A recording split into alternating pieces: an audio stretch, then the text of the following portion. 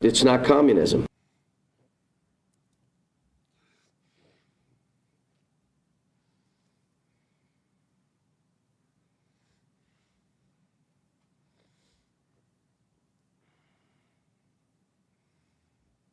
Did you like the taste in your mouth? Let's get that taste back in our mouth.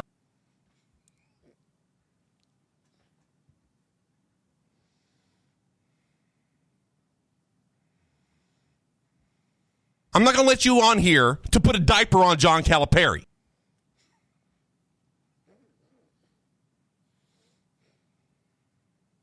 It's not communism.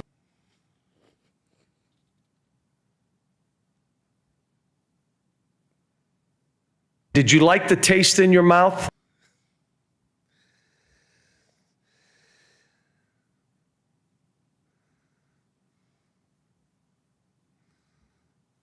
Let's get that taste back in our mouth.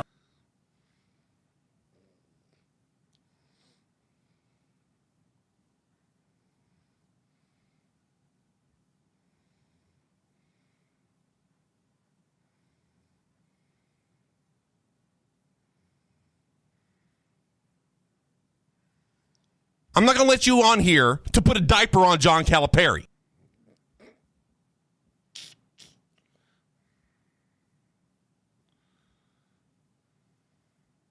It's not communism.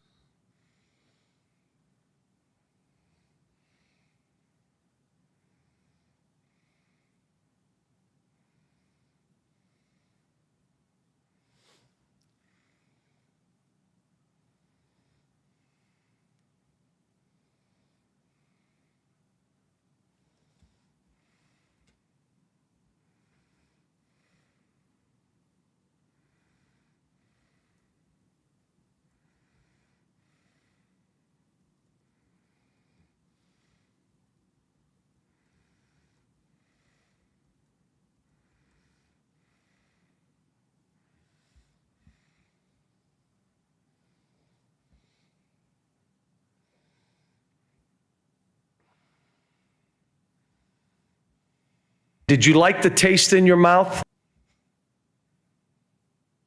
Let's get that taste back in our mouth.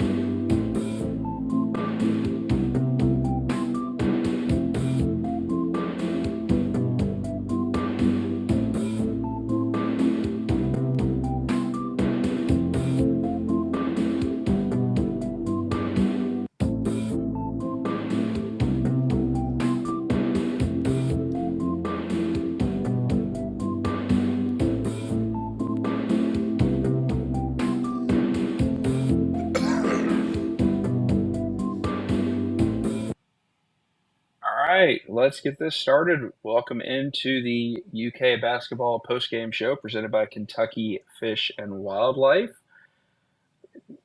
I am here with my guy, Big Mike Gandolfo. Unfortunately, we got bumped a bit by Bellarmine this week again, but we are using Twitter Spaces for our postgame show. We're also broadcasting over on ESPN Louisville Plus, thanks to our guy, Justin Soforo. Kentucky with a 105-96 thrashing of Georgia that wasn't even as close as the final score indicated. And we got the debut of Big Z. And Mike, were you expecting anything close to what we got from Big Z tonight? I mean, I think we were talking about a couple weeks ago. It's like, does it even make sense for him to come in the game this late? We heard some things about him being slow. We heard things about, is he going to screw up the pace of these offense? How are they going to work in another 7-footer? And, it was actually quite the opposite. I mean, it was incredible just from the standpoint of, there was a couple of times where he initiated the fast break. He would get the rebound. He would take a really good dribble, like the dribble where he would make up 10, 12 feet of space, hit the outlet, and really trigger the break. And it's like he makes up, if he's slow, which he didn't actually look slow to me on the floor, he makes up with it with offensive efficiency. And, I mean, it was unlike anything I've ever seen. I actually texted Issel just to make sure that, we were giving 44 props because he was out there doing that number 44 very proud. So it was incredible to see, and it's just like it adds right there. What happened today with Big Z might give Kentucky an additional 2 SEC wins just from the standpoint of now teams are going to have to adjust their scout and they're going to have to adjust their preparation for what they got to do when they go play against Kentucky, because, we know that Bradshaw can go out and hit a 3 every once in a while. We've seen it and whatever else, but like this is a big man who can legit stretch the floor, who is a shot blocker, had great hands from a rebounding perspective. I mean, just from the observation of how many times the ball comes off the rim and Bradshaw's hands are down versus Big Z's hands are up and active. And those things right there are little things that this team is missing. And one of the things, we had the energy with this group early on. We had great energy. It's gotten a little stale and stagnant, and you could even feel the difference in the energy when Big Z's on the floor and when he's not on the floor. You legit had a guy who had basketball taken away from him for a while, and you could tell that he didn't take it for granted. He took it very seriously, and when his chance came up, he took full advantage. Yeah, and you're a guy, and by the way, if you want to jump in the conversation, this is your show. Hit the request to speak button, and we will get you in here shortly. You can also hit us up, as usual, on the UPS Jobs text line, 437-9680, and we will read those throughout the show. But Mike, you're big on plus minus. It's I don't lend as much credence to it. Well, listen, it's because because when I was on Coach Valvano's staff at Bellarmine, that was my job. I had to keep the plus minus. Gotcha. Because some things are out of your control. But, look, Aaron Bradshaw -1. Yep. We've gone on Yenso -1, Big Z +14. It was when he made – look, we can – there's a whole lot of things to discuss from this game, some amazing, some great, some bad.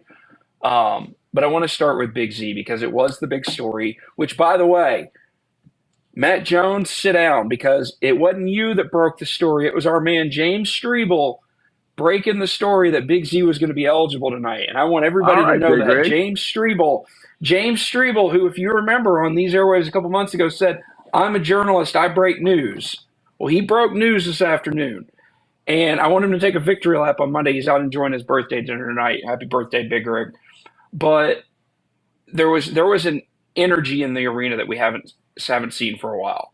And when he came in there and immediately, his first defensive play, he gets sealed off in the lane and then gives up an offensive rebound. And I'm like, okay, well, he hasn't practiced in a while. He's not been able to practice with the team. Everything's been going on. It's going to take him a little while.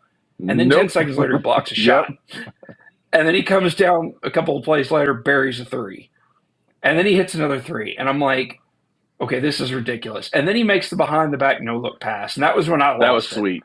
It was so awesome. And, you look at his stat line in the first half. He had 11 points on 4-4 shooting. He was 3 of 3 from downtown. He had 3 rebounds. He had 2 assists. He had 2 blocks, and he had a steal. That's a stat line for a game. He did that in his first 5 minutes.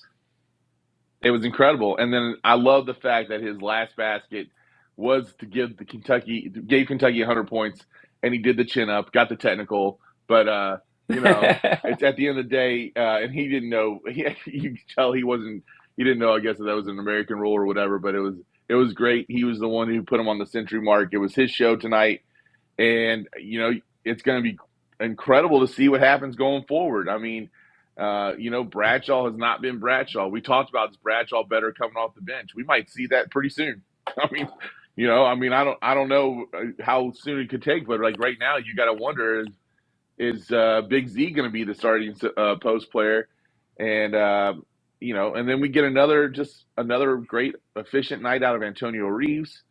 Reed Shepard played really well today. DJ went 8 for 12. Had that one really bad layup where he wasn't sure if he wanted to dunk or lay up and just kind of got caught in between. But he gets 18 points tonight. It was an efficient performance. 18 points and 10 assists. And look, we have talked the last couple games about the assist numbers going down. They had 27 assists tonight. But here. The thing for me is I don't know that it necessarily has to be Big Z or Bradshaw, because there were a couple times tonight where you saw him playing at the 4 with Ugana. And I think it does a couple things. One, it gives Trey Mitchell a breather because right now he hadn't really had anybody to spell him lately. 2, I think it helps you with the defensive rebounding issue because now you can have 2 very tall, very long guys out there who can both block shots, who can both go and crash the boards. Kentucky did a much better job rebounding tonight. But 3, it also brings back the discussion, and I know Cal hates this word, but when Aduthiero comes back, we're going to have 10 guys. Yep. And who do you sit? Who do you not play? Just as long as he doesn't. He loves I don't that. want him to go back to the line change thing he did, 8 years ago or whatever it was. That's the platoon word's going to come up. Yeah, I don't think he should do it, and I don't think he will. But he has tended to like a rotation of 7 to 8 guys. He's not going to be able to do that. And look, that's a great problem to have because, like you said, Bradshaw is hit or miss. Rob Dillingham showed again tonight that he cannot stay out of foul trouble against guards who can get by him. He only played 16 minutes tonight, only had 2 points. But Justin Edwards is a guy that you don't know what you're going to get game in, game out. This is a good problem to have, that if you have 1, 2, maybe even 3 guys who aren't on, you're not sitting there looking down your bench going, oh, God, what am I going to do? No, and we've seen it already this year a couple of times. One guy's not hitting, and we got someone else. I mean, Antonio Reeves has been consistent pretty much the entire season, right? And then the other guys that are filling in, sometimes it's Reed Shepard, sometimes it's Dillingham, whatever. I think the bigger issue with Dillingham tonight is Cal talked about his body language a couple weeks ago. His body language tonight was not very good. I mean, it was pretty piss poor. And, we really got to make sure that those guys are engaged. They got the ability to do something special. I mean, they literally might have just added an all SEC caliber player midway through the year, and they were able to insert him pretty much with ease. Now, that's not – I don't want to blow it out of proportion just based off of one performance. But also to your point, I mean, Mitchell was averaging 34 minutes a game, and he had 27 minutes tonight. I don't know how much of that had to do with, they definitely coasted that last 10 minutes. The last 10 minutes was pretty difficult to watch, but. And my bank account thanks them for that because I had Georgia plus 13.5, so I'm very happy about the backdoor cover.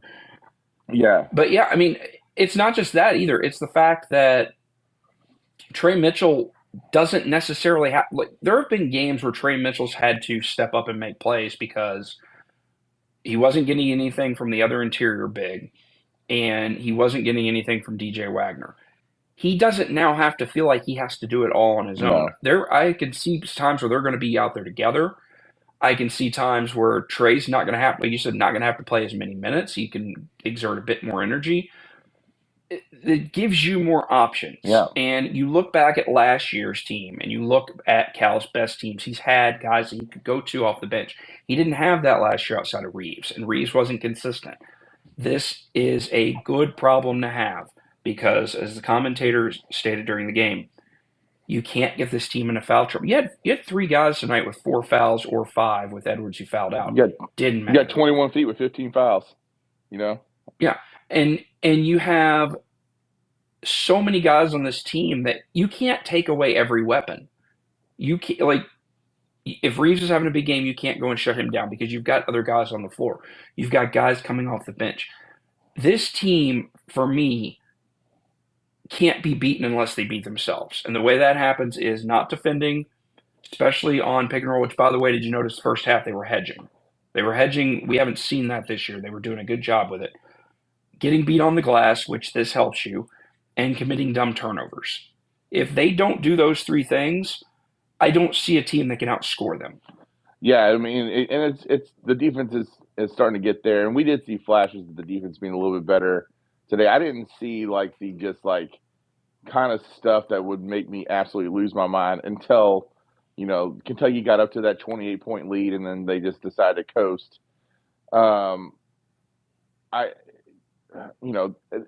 Which I'm not going to fault. I know you're not, and it does bother me more than it probably should. But at the end of the day, like just because they need to work towards playing just complete games as much as possible. But when you're up by 28, I get it. You know, I'm just lucky. We're in some ways kind of lucky that Georgia legit thought they had a chance to win that game. You know, late. So especially the under 4 timeout, and luckily Kentucky was able to hold on because it had an opportunity to be a lot closer than it actually was. So. The biggest number for me tonight, do you know how many offensive rebounds Georgia had? I do not. I have the stats in front of me though. They had 6. No, that's pretty good. And they had 6 offensive rebounds. That's with the legit big man. I mean, they got a pretty good big man on that team too. So, and that's fantastic. He had 2 of them. And look, one thing that they did point out, Abdur-Rahim, 34 points, career high, right off the bat. Kentucky is leaving the highest volume and highest make 3-point shooter on their team wide open. It's been a problem throughout the season. It's something that, again, these are nitpicking things, but they're little problems that you have to clean up when you get into March. They're problems that we can overcome. But you can't keep leaving the other team's best 3-point shooter wide open. They did it against Texas A&M, and it cost them the game as they let him get hot early. They let Abdur-Rahim get 2 open looks in the first 3 minutes, and he buried both of them. Ends up going 7 of 14. He was 11 of his last 34 coming in over his last 5 games. That's twice this year that you've let a guy get open looks from downtown early and get off. But this is the 5th guard that they've let go for 25 or more this season. And, you know, you made the point, like, go ahead and just take the other team's best player and bet whatever over point total they have because – 100%. I mean, this is going to continue to be a problem with this team. And I know I texted you earlier today during that St. John's Marquette game, and I was watching and St. John's. I love watching. You know, I've said it before. I love watching Big East basketball, and I think especially with Pitino not being at Louisville, you get this appreciation again of just how well he coaches defense. And they had a possession just with about just over a minute left to go. And they had to get a stop. And you saw all of that defensive training that Pitino does just kind of come into play, and they got their stop, and they were able to they had several chances to actually win that game. They lost to Marquette, but at the end of the day, like I was watching, I was like, I don't know if Kentucky's capable of doing what St. John's just did. You know, just because they don't because it starts with them just being really good, fundamentally defensively sound, and then if they got to amp it up from there, they can. But Kentucky just doesn't have the fundamental defensive stuff down, you know. And again, these are little problems that we're pointing out for a team that's playing exceptionally well, but they're things that they can improve on. They wake up, and I think that's where Big Z coming in does help. Absolutely, because that gives you another. Yeah, it gives you the shot blocking, but more importantly, look, Cal is not afraid to use the bench. No. And if guys aren't cutting it, if they're not playing hard, gives you another player. And there have been times in the past where he has had certain players in certain positions where he could not afford to do that. Now you have a backup at every position that if the starter's not getting it done, he points to the bench and brings someone else in. I want to talk about Antonio Reeves because we talked about Wednesday night, is he All-American? I think he might be. The thing that I love the most about his game tonight, he didn't, and this is for the whole team. They only took 25 threes tonight. The last couple games were taking some questionable threes.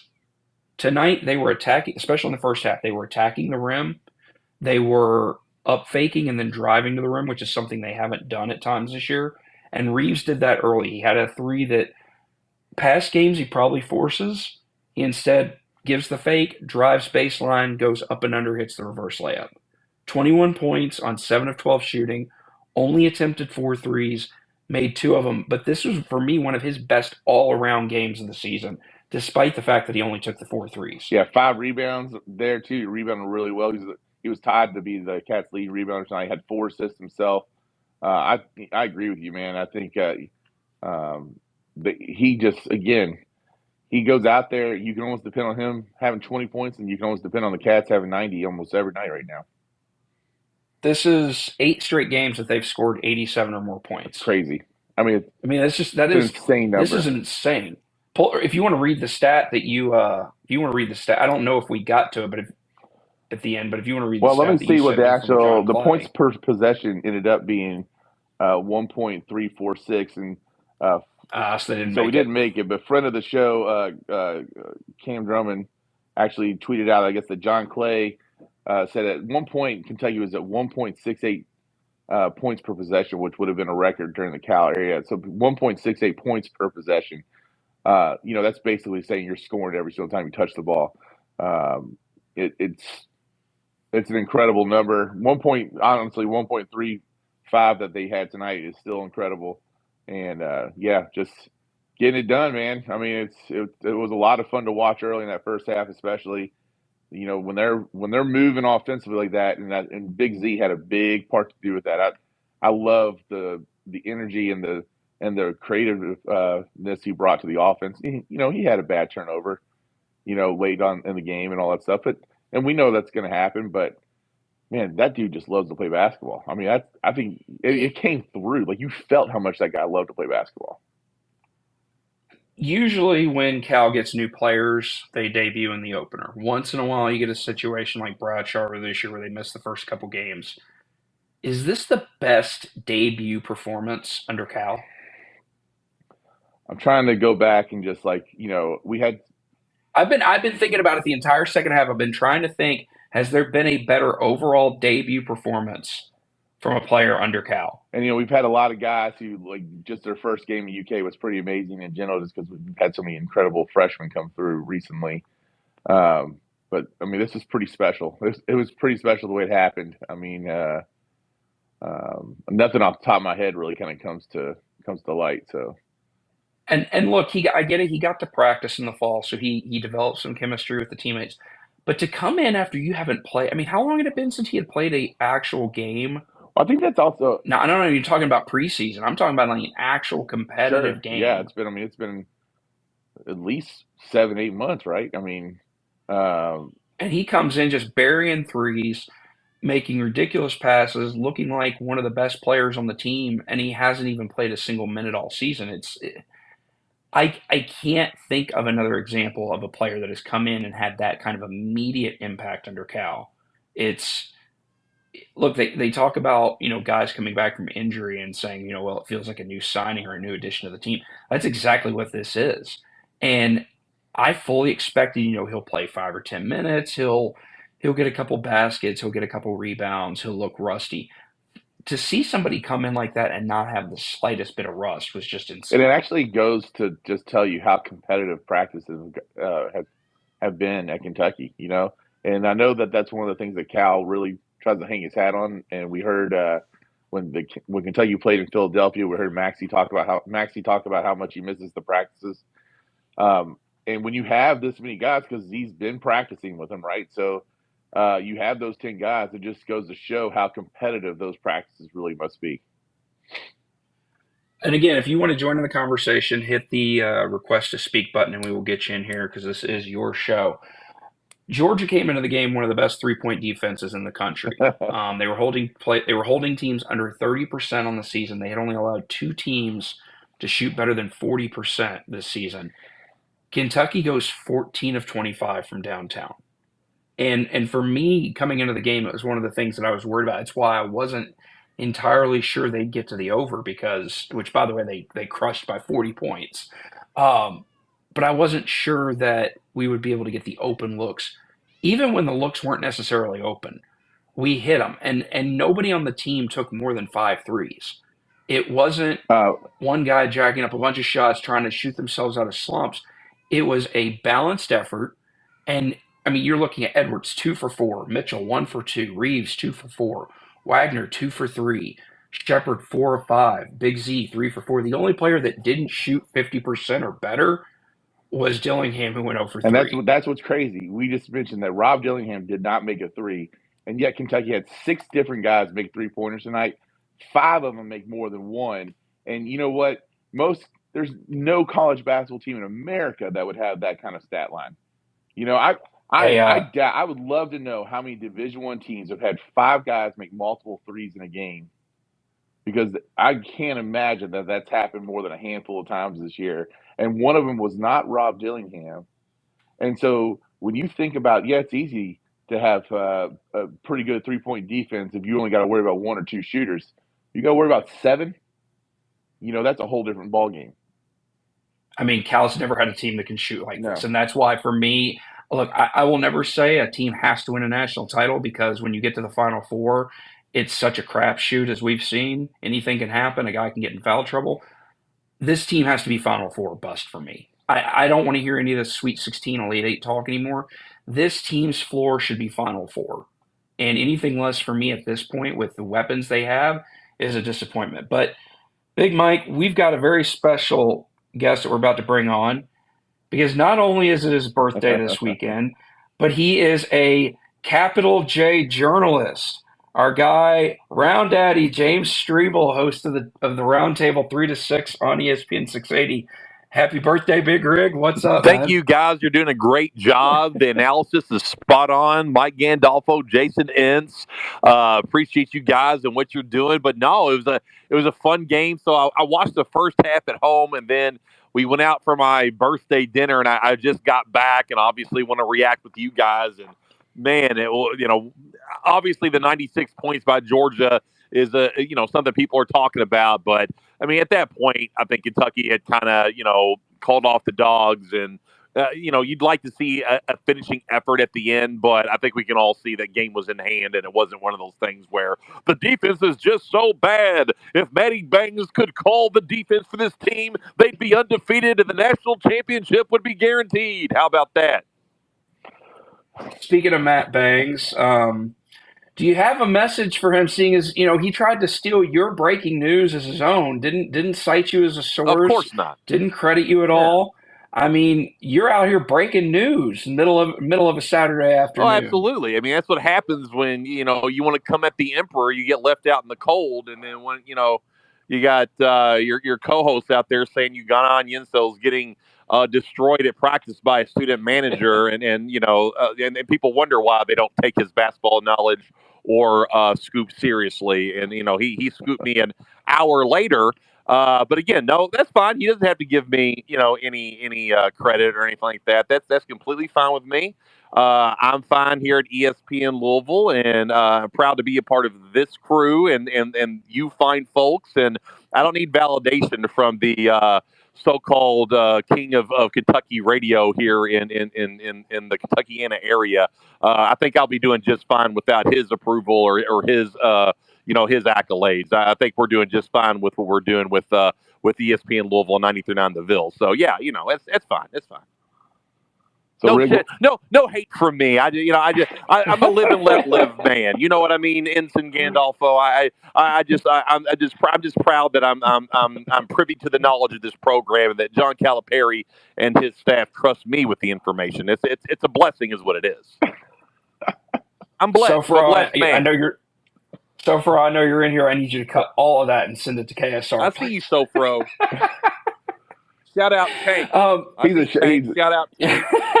I see you, big dog. Woof woof.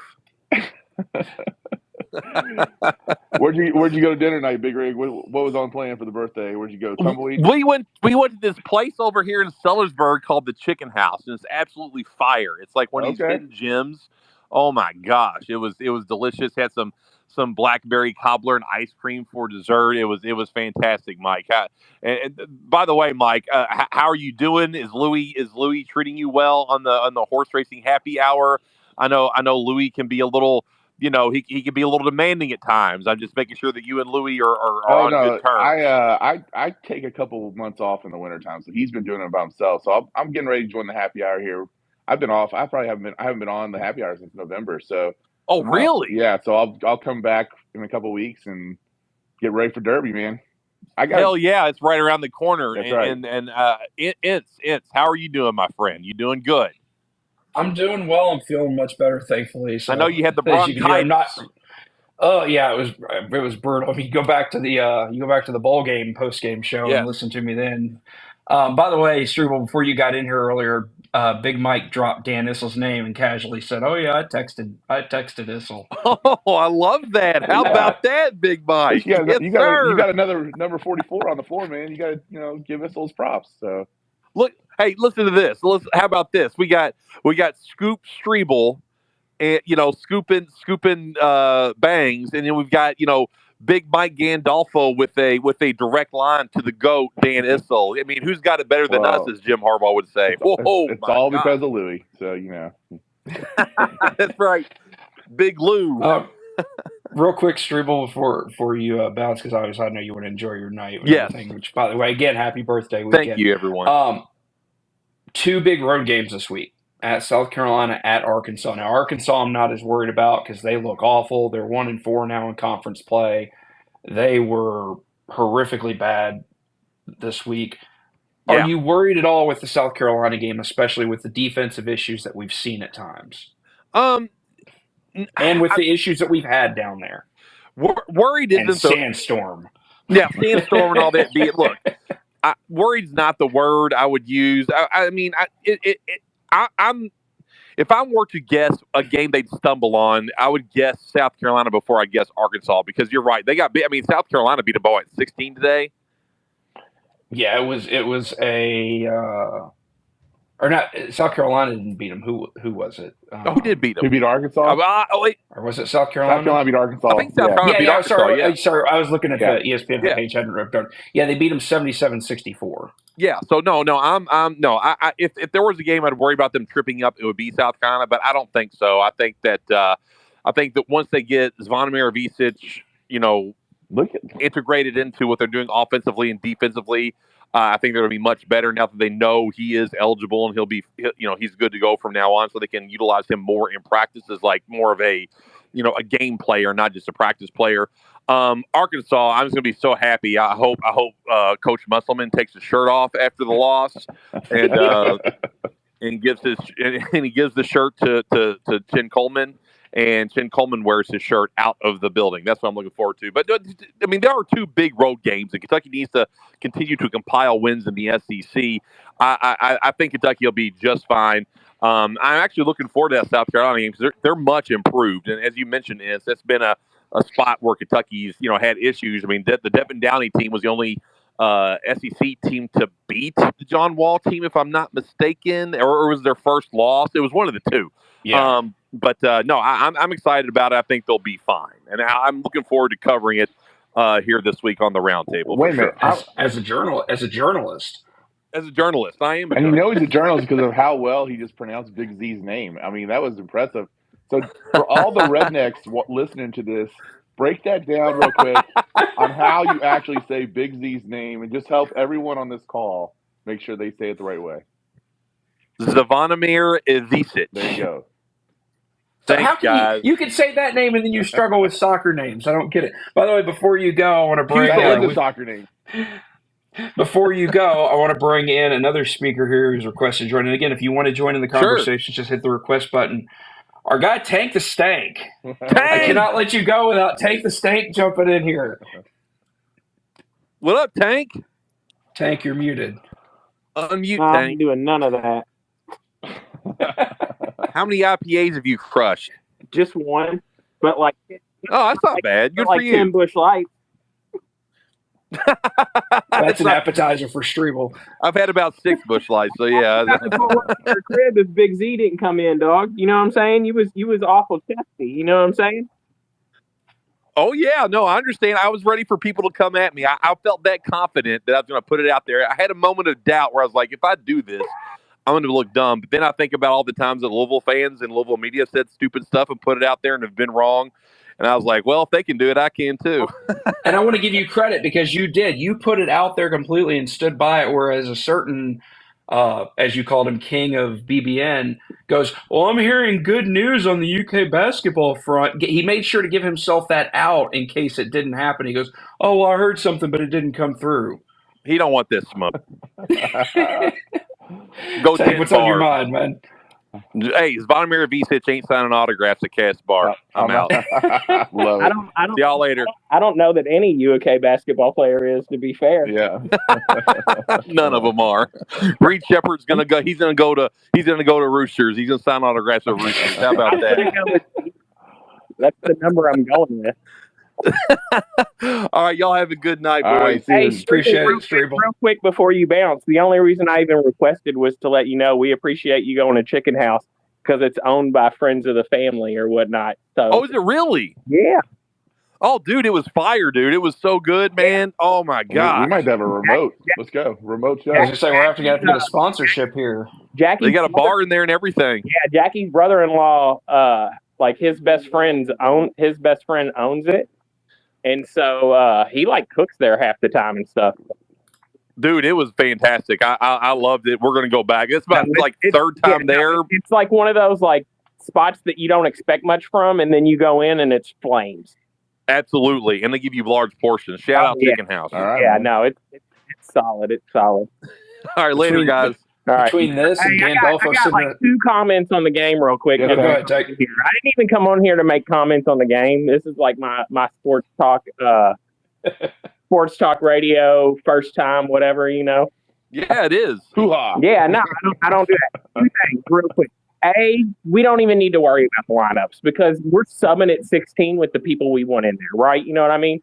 We're just Right. not changing the flow. We're keeping everything as is, as we should. Do not worry about the lineups because when it comes around, who needs to be in there is going to be in there. We all know that. Second, the best thing about this team is that anybody can have an off night because 3 other dudes are going to pick him up. Yep. Bam. Yep. No We doubt. ain't got to worry. There isn't one guy that has an off night and we're done. Yep. It ain't. You're 100% right. I also don't think it And matters. that was a killer. And that was a killer for us at times last year. It was a killer for us the year before. It doesn't. Oh yeah, she 100%. And, ain't hitting. and the reason it's working the way it is because none of these dudes feel that pressure. Right. And this team has 100%. fun. This team has fun together. And I think that's what makes it so fun to watch. We've seen UK teams in the past where guys are bickering at each other. They're complaining. Guys want their shots. Guys are pouting. You don't see any of that from this team. No, all right, well, put it this way. Imagine if we were, what are we, 13-3? Imagine if we were 10-6 or whatever. And then we finally get Z eligible and then he comes in or he starts or whatever and the pressure's on him to make us better instead of just whatever. We don't see what we saw tonight. No. Yeah, because it was just a celebration. It wasn't like, oh God, he needs to save the season. And here's the other thing. When I say that don't worry about lineups because we're going to play the right people, we see how good he was tonight. Cal put him in before Ence. Yeah, Yeah. absolutely. No, and Ence had a good game. Would he have 9 points? No, Enzo's solid. He's solid. He had 4 points, 5 rebounds, and But all of this after 15 tonight minutes. be like, well, we want to see Z first, right? I think that was Right. kind of strategic, honestly. Like, I think part of that was the game was pretty close. We weren't like flat coming out, but it wasn't great, right? I mean, Kentucky was trailing most of it, Yeah. and it like they've been almost all the under 4 timeouts. So, I mean, I think that spark right there was just a huge piece of. No, and I think that and we see Reed and Rob off at the under 4, which I love, or at 16, which I love because it gives us that burst. Yep. We're gonna see Z at the 16 as well. So it'll be those 3 going forward, I think. Yep. Good luck, SEC. All right, guys, have a great night. Thank you. All right, bud. Appreciate it, Streble. You can catch Round Daddy 3 to 6 on the Round Table on ESPN 680 1057. Tank, you got anything else to input before we get you out of here? One more thing, and I'm out of here. If we aren't the way we are and is free, there's no way he comes in and the first thing he does is throw a behind the back pass to Reeves for a 3-pointer. If it ain't just what it is, the way we are right now, you know what I'm saying? Yeah, it was. And you could tell he was locked in. His mind to be like this behind the back pass for a 3 is okay. Right? Like, how many people in their mind thinks I'm going to come into the game and in 1 minute, this is the play I'm going to make as my first play, and it's going to be okay? It was the most European thing that he could have possibly done. I mean, it really was. No, exactly. Yeah. Exactly. No, and the fact that he just had the confidence to make that play and not worry about, like, if the pass went out of bounds and he completely missed it, like Cal's reaction, right? You know what I mean? This team's in a completely different headspace than, like, 5 of the last 5 teams we've had. Their headspace is completely different, and that's what I'm like. That's what makes me like optimistic that we're in a good spot, right? You know how this team plays like freely and knowing what they're thinking while they're doing. I love it, man. Somewhere Tony Kukoc was smiling. So, all right, man. Yeah, and that shows you that this is again. It goes back to this is a guy who got the whole summer to work with the team. He got the whole fall to practice. If he had come in completely cold, I don't think you see what you saw tonight. But this is a guy that has developed that chemistry, and I think Take's exactly right because Cal talked about before the game. He challenged the fans to make Rupp Arena that atmosphere that it used to be, and you heard that when they went to that first TV timeout. The crowd got up, they were roaring, and he brings him in to feed off of that and to feed it. I think and when he comes in, he makes that block. That place was as loud as I've heard it in quite a while. Yeah, but they were roaring because not because Cal wanted them to roar. They were roaring because he was at the table. I mean, big. Yeah, exactly. That was a chess move by Cal, Absolutely. right? Yeah. You know what I mean? Yeah, 100% it was. Yeah, I totally agree. Tank, BBN Terrorist, appreciate it as always, man. Start calling into the post-game shows. We're glad we could pop your sports talk cherry, apparently, since you've never gone on before. Bro, I do. I just by the time that this stuff usually comes on, I'm straight hammered, and I'm like, I'm not sitting on hold for 15 minutes because I'll just like go off to something else and not even realize that you've been like, Tank, you're on. I just won't even be paying attention. You can always text me, and I'll make sure we get you to the front of the line. The only reason is because I was upstairs making the bed with Jackie, and he said chicken house, and Jackie was like, "Oh my god!" And I was like, "I'll let him know. Don't worry." You know what I'm saying? Plus, Twitter's easier for me, basically, because I can just set my phone down and not really pay attention, kind of thing. Fair enough. All right, appreciate it, Tank. All right, no doubt. I'll talk to you all. We've got a couple more people who are wanting to jump in. We're going to bring them in here. We're going to go with BBN Blue Vapor, who is a frequent texter to the UPS Jobs text line. Him and BBN Blue Mist. What's on your mind, man? You're muted. You have to unmute. There it is. Hey, guys. There we go.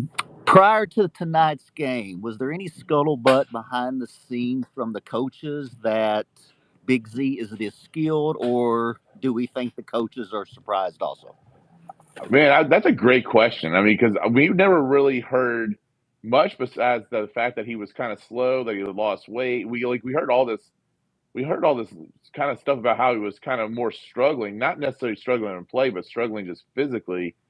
And so I would love to know if he went out there and, because we see that sometimes. We see a guy be a different player on the floor than he is in practice, and if he just completely turned heads on what he was able to do, we'll have to watch for the post-game comments and see if there's any kind of hidden messages in there for that. But I never really heard anything like, the guy's just tearing it up in practice. He's destroying everybody. That never really became evident to me, at least. Yeah, and I don't think anybody on the staff would have expected what he did tonight. Obviously, I mean that is one of those games where you're just unconscious and everything is going right for you. But obviously, they saw something to still with everybody that they had with because he was originally, oh my God, we've got to get a big, and it was almost a desperation move. It felt Yeah. like for them to have two bigs and Trey Mitchell and still want to get him and still be fighting to get him into the team and do the whole thing of, hey, you know, you're depressed, go home, see your family, and then come back. We want you here. They obviously saw something. And as you saw tonight, he gives you another shooter. And the one thing that Cal has never had is a bunch of shooters. He's had one, maybe two, once in a while, three. But as you pointed out earlier, Mike, he's got 7 guys that can routinely hit threes. They may not all hit on the same night, but what are the odds that 5 of them are going to be ice cold on the same That's night? very rare. Or even Yeah. 4 of them. And to have that ability to have another player that the other team has to scout for. And look, it's one thing when a team has to scout for the guy coming off the bench that averages 4 points per game. You're not really worried about him. You now have to scout 8 different guys, by my count, 7 different guys that could go for 20 points on any given night. Yeah. And really, then on top of that, you got a guy like Reed Shepard who you could shut down scoring wise, and he'll just beat you another way. And that, I mean, that's ridiculous when you think about that. And DJ can kind of be the same way, you know. It's and Reed doesn't. You look at the score sheet, you're like, oh, he scored 12 points. Took 5 shots. They were all from downtown. He hits 4 of them. I mean, I thought he was fantastic. Again, just the one thing that Reed does better than any player we have is when his defender turns his head, goes to help, just relocating to a different spot behind the 3-point line, finding his shot there, and he because of that, that's why he was getting great looks tonight. And the one shot he missed was a terrible 3 that he kind of rushed in the corner and he hit the side of the backboard. But beyond that, I mean, he was fantastic. And to your point earlier, like how often are we going to have all those guys missing? We kind of already had that game with the UNC Wilmington game. We only had 3 guys make threes in that game, and Reed was the only one who made Only 3. Reed was the only one who made multiples. But so hopefully that's out of their system because this team is looking like they're just getting better and better offensively, and you hope that the defense kind of starts to come along with it. Because if they get better defensively, there's a whole other level offensively they can go from the defense. Yeah, and that's the scary part about this team is that there is a glaring weakness on defense.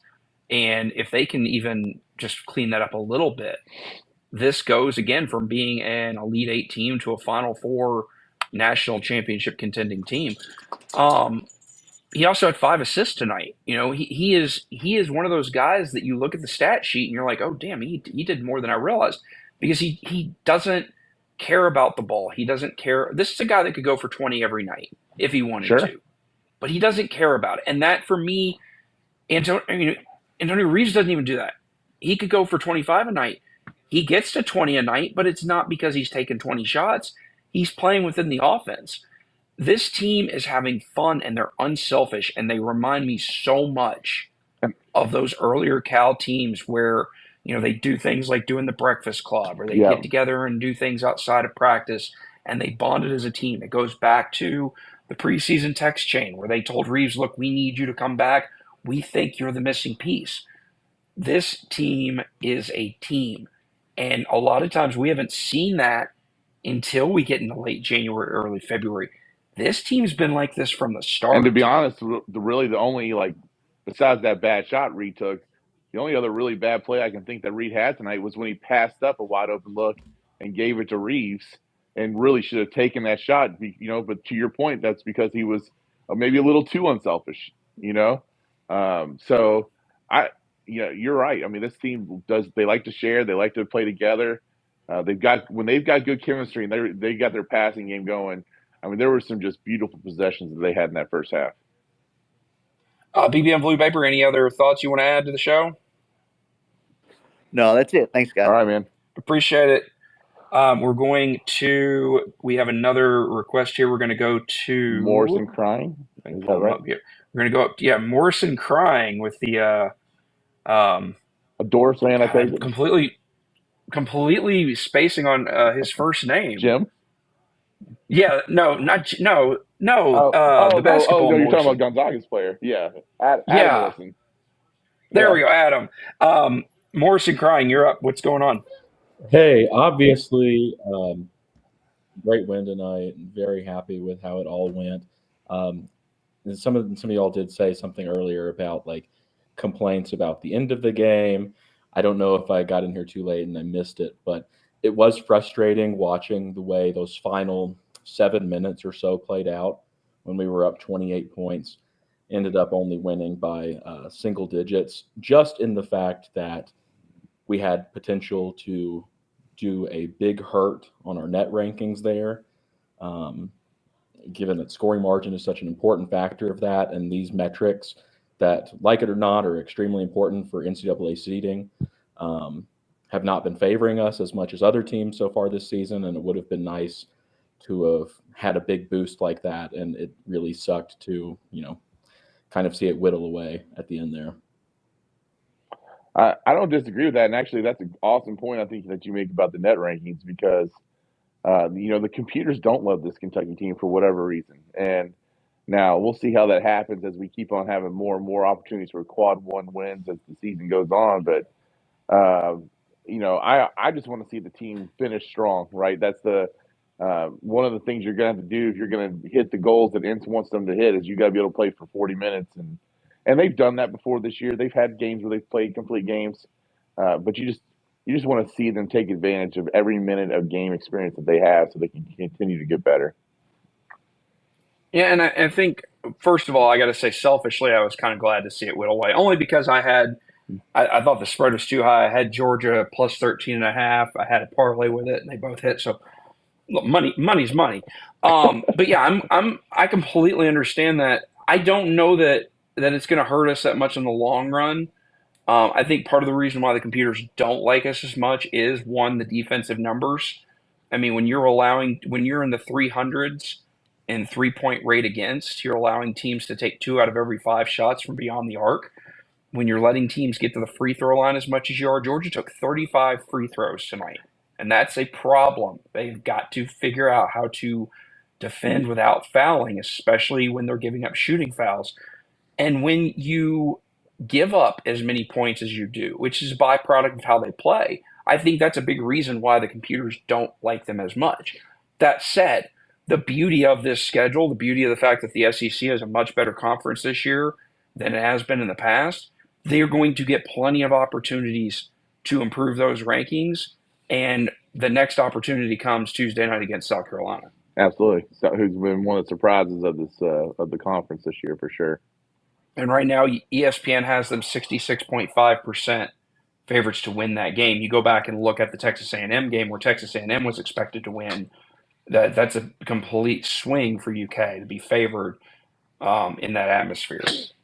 I'm a huge 49ers fan, so the 49ers just scored to take the lead on the Packers. Like, you're a little distracted right now. I'm hanging in here. I'm paying more attention to this than I am to the football game right now. But it's, I usually I'd be screaming at the TV. So for this one too. Morrison crying. Any other thoughts? Yeah, just great win. I'm jealous of all the people who got to be in Rupp Arena for that tonight. It sounded amazing on TV. This is the most fun I've had watching a Kentucky team probably since the 16-17 season. So excited to see how it plays out. All right, man. Thanks for joining us tonight. And let's real quick answer on what Morrison just said. My daughter had a chance to be in Rupp Arena tonight, and she turned it down. And I told her that her 7-year-old self would have kicked her ass. So surely she's regretting it. I don't know. She's acting like she didn't regret it, but yeah. So she had. Oh, of course not. Yeah. I mean, come on. If you get the tickets, you got to go.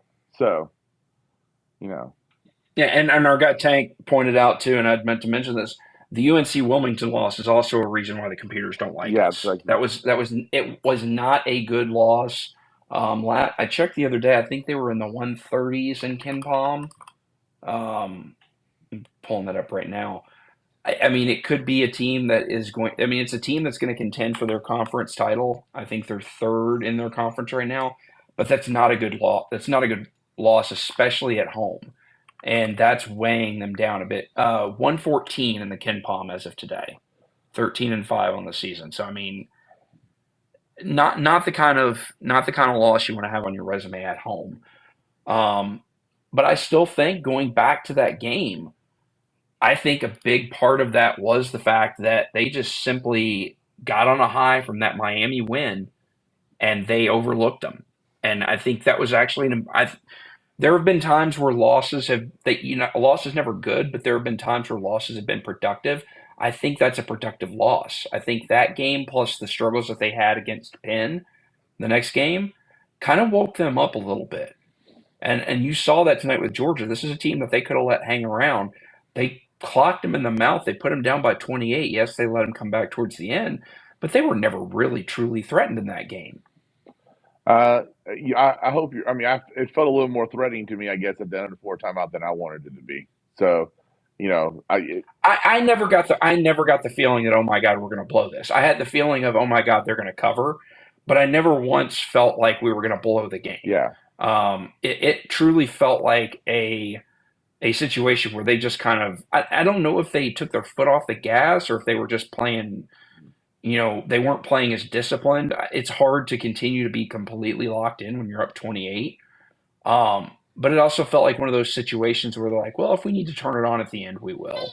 But they didn't. And again, that whole turning it on when we want to mentality scares the living crap out of me because I don't think it's as easy as as maybe some other people think it is to just turn it on when you want to turn it on. I think, there's a certain just intensity level that you want to approach those games with, I think the biggest thing that did let it get cut down, though, you give up 21. Again, I hate to keep harping on this, but it's a real issue. You give up 21 free throw attempts in the second half. Yeah. You're letting teams get to the line and get free points with the clock stopped. And down the stretch, the final 6 minutes of the game, they made, and this isn't even attempts, this is just makes, they hit 8 free throws. So that's 8 points that they got with the clock completely stopped. And a couple of those were 3-point plays. Yeah, and the free throw thing is for sure is something that they've got to get under control. Like I want them to be. This is another thing that we used to track was just how efficient you were with your fouls. So, for example, like the ones that before you hit the bonus, how many of those are shooting fouls versus how many of them are not shooting fouls? How many times are you putting someone on the line before they're in the bonus, basically? And that's one of the things too. It's like if you're going to be physical, you're going to pick up some fouls. The dumb fouls are what we just got to make sure that doesn't come back and bite them in the butt. But yeah, 23 fouls, I think is what Kentucky had tonight, and which got Georgia to the line that, 30-something times or so 35, 35 times. Yeah. And look, I'm not panicking on that because it was one of the reasons why I had Georgia covering tonight. I had player prop in my preview. Georgia's 15th in the country in free throw rate. They attempt a free throw for every 2 baskets they shoot. So this is a team that knows how to get to the free throw line. They had multiple, and it wasn't just one guy. They had, I think, by my count, 6 different players that had a free throw rate of over 50%. So this is a team that knows how to get to the line. It's a team that takes advantage of those, and I knew they were going to get free throws tonight. But getting 21 of them in the second half and making 17 of those is a big reason why they cut that lead down. Yeah, same kind of thing that we talked about when they played Carolina. Like that was another concern going into the Carolina game. I think they handled that game probably a little bit better than maybe they did tonight. But when you play those older, craftier teams who just know how to bait players into those kind of situations, that's what happens. So. Yep. You want to get to superlatives and start wrapping things up? Yeah, we can definitely do that. Let's do player of the game tonight. Big Z, right? Yeah, presented by On the Move Realtors, I believe. Not anymore, is it? Oh, is it not? I don't think so, no. Okay. Well, we'll just do player of the game. Just player of the game. Who do you got for player of the game? I got to give it to Big Z. I mean, he brought the energy, and he probably did the most efficient 13 minutes or whatever he had that I've seen in a long time. So, got to give it to Big Z. Yeah, he ended the game. Let's pull it up here. He ended the game 5 of 7, 3 of 4 from downtown, 13 points, 5 rebounds, 2 assists, 2 turnovers, 3 block shots, 2 steals, and only 1 foul, which I think is important given what we were just talking about. In 16 minutes, plus 14, which led the team. I'm going to give it to Reeves, and look, I mean, it's starting to feel like a broken record, but another 20-point game, was big early on, had multiple big baskets early in the game. 21 points, 7 of 12 from the floor, 2 of 4 from downtown. Made all 5 of his free throw attempts. 5 rebounds from the guard spot, 4 assists, 2 turnovers, 1 steal in 37 minutes, and he was plus 12. So you mentioned Big Z with the 2. Well, you said 1 foul. I'm pretty sure he had 2 because he had the technical, and then he had the elbow that basically was just unfortunate place where he was at the wrong time. They only gave him credit. I thought the technical was on Cal. They gave Cal a technical, but I thought that was a flagrant 1 on the elbow. So, but it's only shown him as one foul. And the technical counts as a personal, so I don't know. That's got to be the technical. Yeah. And it does show a team technical. Which was on Cal. Yeah, for sure.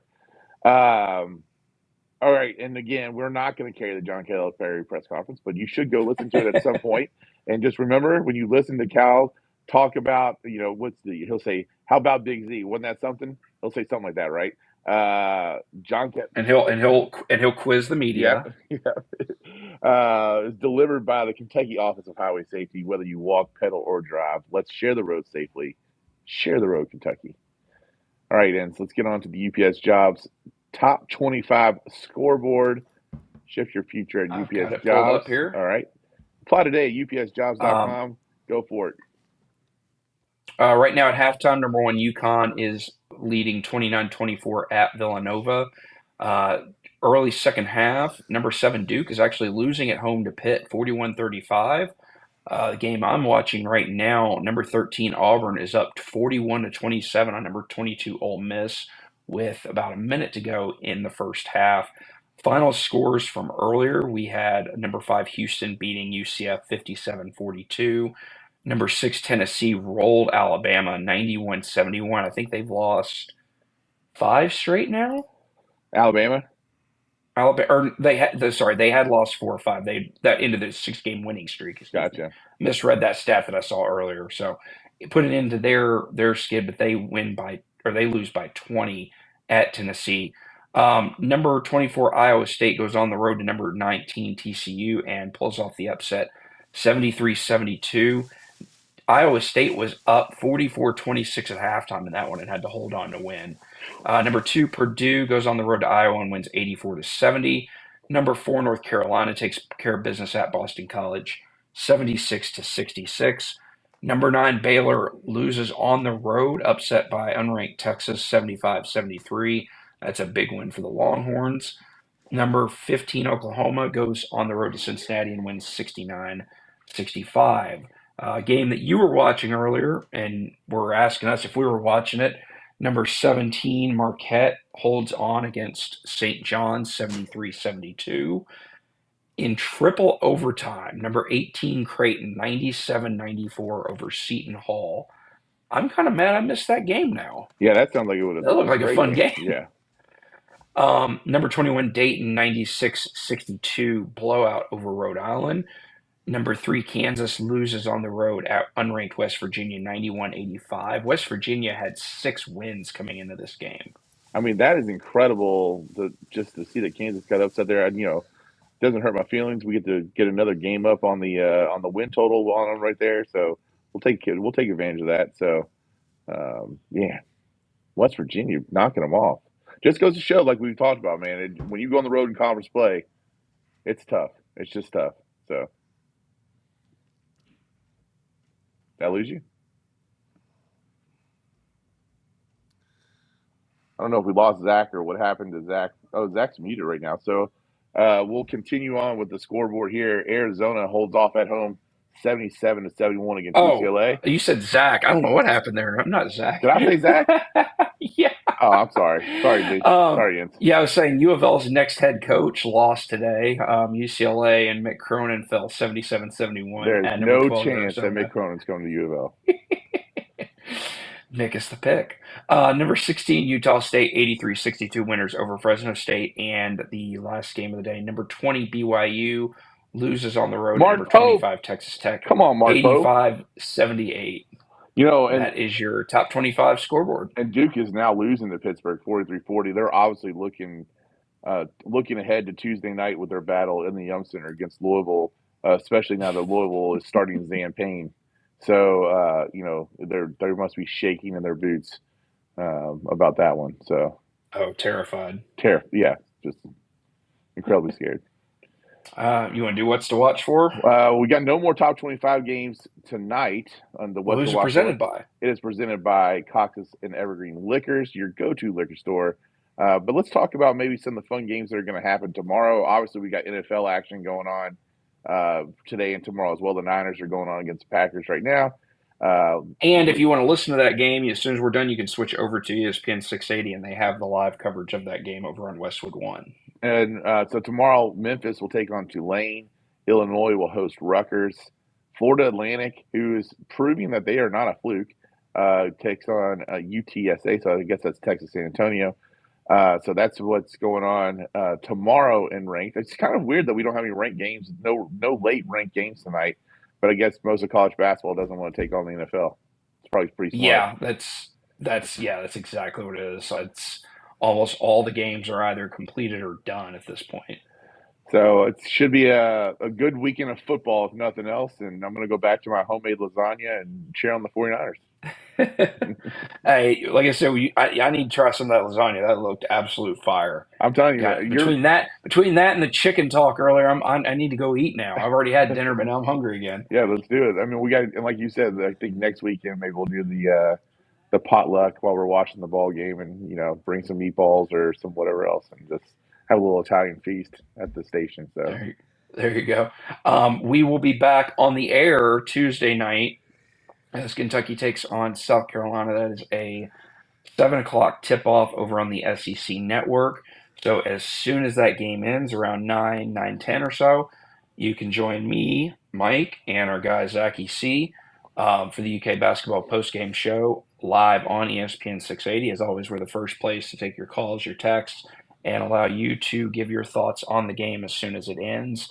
And then next weekend, a 6:00 tip-off at Arkansas on Saturday. So we'll be live as soon as that game ends as well. Mike, any final thoughts before we get out of here?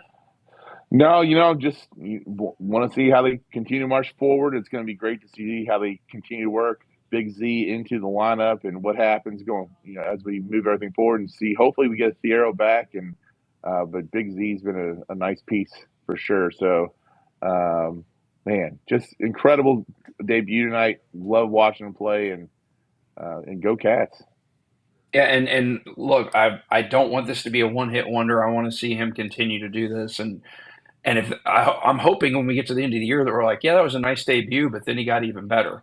So I do not want this to be the one moment where we're like, well, he had a great debut and then it was downhill from there. So being on the road is going to be an interesting test for him, and it's going to be an interesting test for this whole team, especially with how they performed at Texas A&M. So hopefully they'll go and get the win there and at Arkansas ahead of a very tough stretch with Florida and Tennessee. So, Mike, thanks as always. It's been fun this season. Let's do it again Tuesday night. Thanks to everybody that joined in. Thanks to our guy, James Strebel, for his thoughts. Thanks to everybody that jumped in on the chat. Thanks for the text.